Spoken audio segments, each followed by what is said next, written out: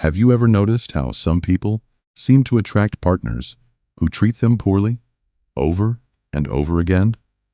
Or maybe you've watched a friend settle for someone who clearly doesn't value them, and you wonder why they can't see what everyone else sees. Here's the uncomfortable truth. The people you attract aren't random. They're a reflection of how you see yourself. Your self-worth acts like an invisible signal, broadcasting to the world what you'll accept and what you won't. And the people around you? They're picking up that signal loud and clear. In this video, we're diving deep into the psychology of self-worth and relationships. We'll explore why low self-worth attracts the wrong people, how high self-worth changes everything, and most importantly, what you can do about it starting today. Let's begin. What self-worth actually is. First, let's get clear on what self-worth really means, because it's not what most people think. Self-worth isn't confidence, it's not arrogance, and it's not about how many accomplishments you have on your resume. Self-worth is the deep, internal belief that you are inherently valuable, just as you are. It's the quiet voice that says, I deserve respect, kindness, and love, even when things aren't going well. It's your baseline belief about whether you matter. Psychologists call this your core self-evaluation. It forms early in life, shaped by your upbringing, your experiences, and the messages you internalized about yourself. And here's the thing. Most of us aren't even aware of what our self-worth level is. It operates in the background, influencing every decision we make about relationships. Think of self-worth like a thermostat. If it's set low, you'll unconsciously accept treatment that matches that setting. If it's set high, you'll naturally filter out people who don't meet your standard. You're not trying to do this. It just happens automatically. How low self-worth affects who you attract. So what happens when your self-worth is low?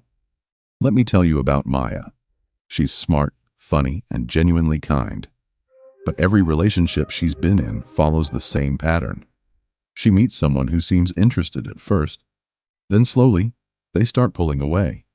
They cancel plans. They're vague about the future. They only text when it's convenient for them. And Maya? She stays. She convinces herself that if she just tries harder, loves more, or fixes herself, they'll finally see her value. This is the trap of low self-worth. When you don't believe you're inherently valuable, you attract people who confirm that belief.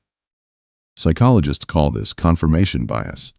Your brain seeks evidence that supports what you already think is true.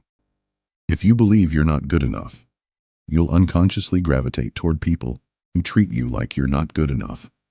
And worse, you'll overlook red flags because deep down, you think this is what you deserve. Here's another example. Alex grew up in a home where love was conditional. He had to earn approval through achievements. Now, as an adult, he finds himself in friendships where he's always the giver, always helping, always available, always accommodating.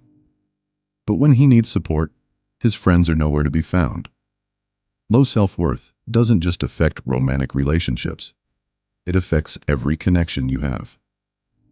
You become a magnet for takers because you've never learned that your needs matter too. How high self-worth changes your relationships. Now let's flip the script.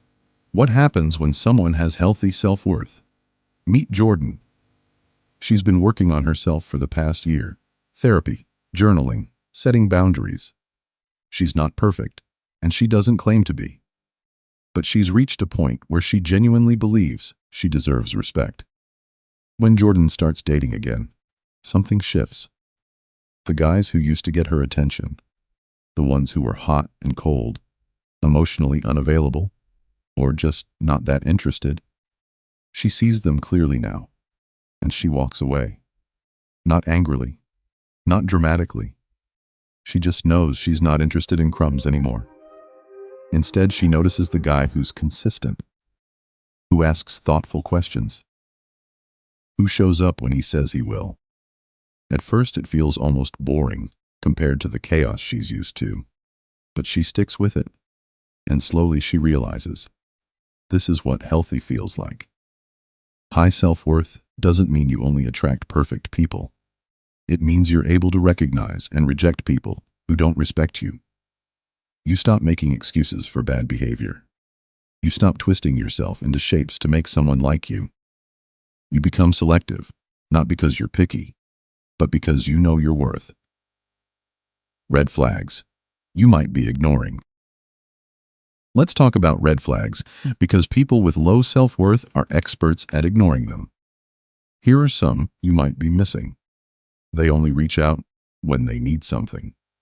If someone only texts you when they're bored, lonely, or want a favor, that's not a relationship. That's convenience. They don't respect your boundaries. You say you need space, they push. You say you're uncomfortable, they dismiss it. Healthy people respect your limits. You feel anxious around them. If you're constantly walking on eggshells, overthinking your words, or feeling like you're not enough, your nervous system is telling you something's wrong. They compare you to others.